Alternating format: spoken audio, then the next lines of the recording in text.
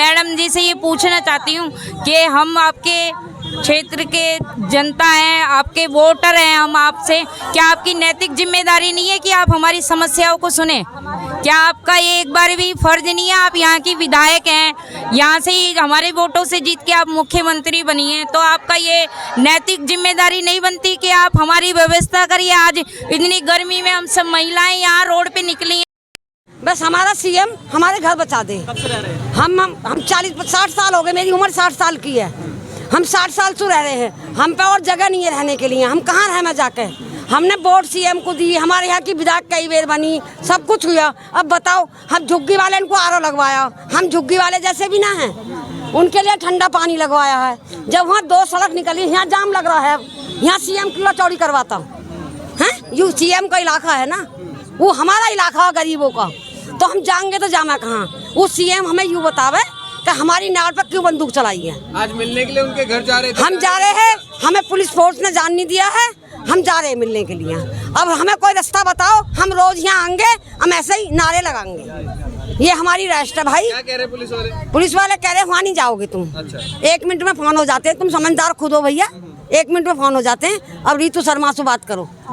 नहीं, देखिए ये लोग हैं, आप इनसे बात करिए, हम लोग तो इनके साथ हैं, क्योंकि जहाँ पर भी जनता के जो अधिकार हैं उनको, उनके ऊपर कुठाराघात होता है सरकार के द्वारा, तो सभी को उनके साथ खड़े होने की ज़रूरत है। क्योंकि बात आज शालीमार गांव की या अली गांव की नहीं है, आज बात पूरे देश की है। हर व्यक्ति के यहाँ अधिकार जो है वो छीने जा रहे हैं, किसी के घरों को उजाड़कर, किसी का नाम वोटर लिस्ट से निकालकर, कुछ लोगों को बेकसूर जो जनता के हक की आवाज़ उठाते हैं उनको जेलों में डाला जा रहा है। इसीलिए आज सारे संगठित होकर जब तक हम इस सरकार के तानाशाही फरमानों के खिलाफ आवाज़ नहीं उठाएंगे, तब तक ये सरकार जो है इसी तरीके से हमारे अधिकारों को कुचलती रहेगी।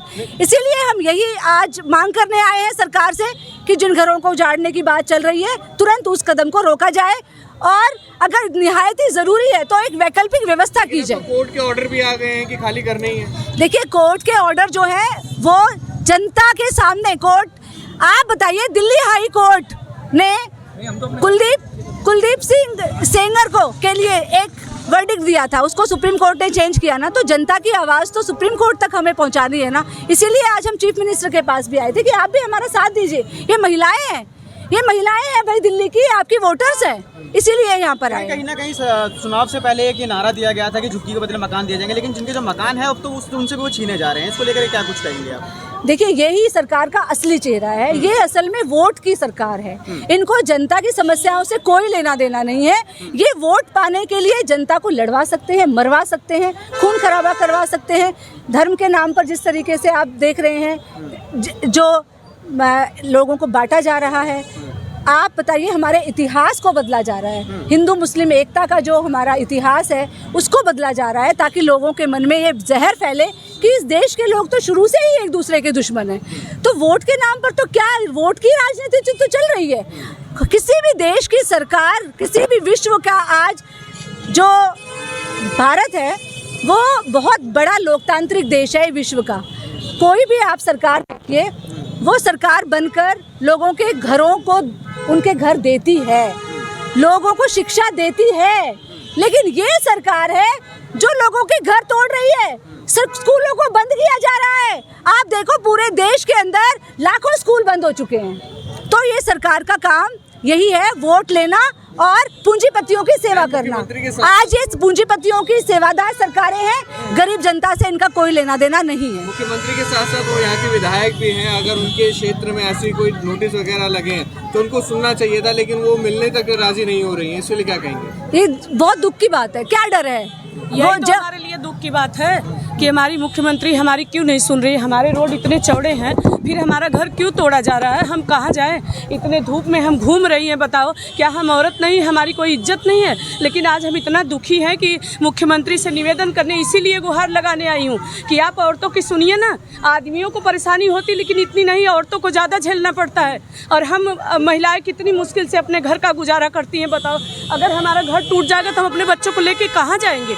अगर रोड चौड़ा नहीं होता तो मैं मानती कि विकास कार्य के लिए ज़रूरी है, लेकिन हमारा रोड चौड़ा है, हमारा रोड इतना कम नहीं है कि घर तोड़ना जरूरी है हमारा, और रोड बनाने का और भी ऑप्शन है, घर तोड़ना कोई ज़रूरी नहीं है। मुख्यमंत्री से मैं यही निवेदन करूंगी कि वो कुछ और रास्ता अपनाए, लेकिन हमारा घर न तोड़े। घर तोड़ना कोई आसान काम, घर बनाना बहुत मुश्किल काम है, और घर टूटना, अगर इनको लग रहा है कि बस घर टूट जाए तो औरतें कहाँ जाएंगी? सोचिए ना, उनके बच्चों के लिए सोचिए, उनके बच्चों के भविष्य के लिए सोचिए, उनकी पढ़ाई लिखाई के लिए सोचिए। है घर ही नहीं है, उसमें बहुत कुछ अपना सब कुछ पूंजी लगा के सब बैठी है औरतें, अपनी अरमान सारी उस घर में लगा के बैठी है। अब हमारा घर टूटेगा तो बताओ हमारे पर क्या? अरे इधर एक चुनाव में आपने वोट दिया है भारतीय जनता पार्टी को? वोट दी हूँ मैं, तो हमेशा से सपोर्ट करती थी। किस तरीके का जब नहीं नहीं, मुझे कभी नहीं लगा, क्योंकि हमारा रोड बहुत चौड़ा है, हमें कभी नहीं लगा कि हमारा मकान टूटेगा। और आज हमें बहुत दुख हो रहा है कि हम कैसे अपना घर बचाए, किसके पास गुहार लगाए कि हमारा घर बच जाए। अच्छा, इसके बदले कोई आवाज़ देने की बात की गई है अब तक? अभी तो हमें कुछ नहीं पता चला है, अभी कुछ बात की जा रही है कि मुआवजा दिया। हम तो मांग कर रहे हैं कि भाई हम पहले तो मेरा घर मत तोड़ो। घर तोड़ना जरूरी नहीं, क्योंकि रोड है चौड़ा, रोड इतना ही है, रोड की ज़रूरत नहीं है। अगर तोड़ भी रहे तो हमसे बात करो ना, हमें बताओ ना कि हम जाएं कहाँ, उसके लिए भी व्यवस्था करो ना। अरे औरतें कहाँ जाएंगी बताइए? सर, किस बिहाफ पे तोड़े जा रहे हैं? क्या ये बताएंगे? जी मैम, किस बिहाफ पे तोड़े जा रहे हैं? क्या इलीगल बताया जा रहा है आपकी प्रॉपर्टी? सर ये अवैध बताए जा रहे हैं हमसे, हमारे घर जो हैं कि ये अवैध है आपके घर। मेरे यहाँ पे मेरी शादी को 25 साल हो गए हैं, और मेरे हस्बैंड की यहीं की पैदाश है। पिछले 55-60 साल से हम यहीं पे रह रहे हैं। मैं मैडम रेखा गुप्ता जी से अनुरोध करना चाहती हूँ, ये हाथ जोड़ के, कि हम वही महिलाएं हैं जिन्होंने उनके इलेक्शन टाइम में उनके लिए कैंपेनिंग करी है, उन्हें वोट किया हमने। क्या उनकी नैतिक जिम्मेदारी नहीं है इस टाइम? मैं सर, ये जो हमारे यहाँ रेनू हैं, मैडम रेनू, हम उनके एक जो कहते हैं ना पास पड़ोस वाली महिलाएं, वो हैं, वो भाजपा की पिछले 32 साल से कार्यकर्ता है, और हमारा उनसे एक ऐसा घर परिवार वाला रिश्ता है। उन्होंने हमारे साथ ले के मैडम के लिए कैंपेनिंग करवाई है, मैडम को वोट करो, मैडम तुम्हारे लिए अच्छा करेगी, मैडम ये करेगी। करी है चुनाव में, तो उसके बाद क्या आप लोगों से बातचीत करने की कोशिश, पर्सनली कोई कोशिश की गई हो? नहीं सर, ऐसा कुछ नहीं हुआ है।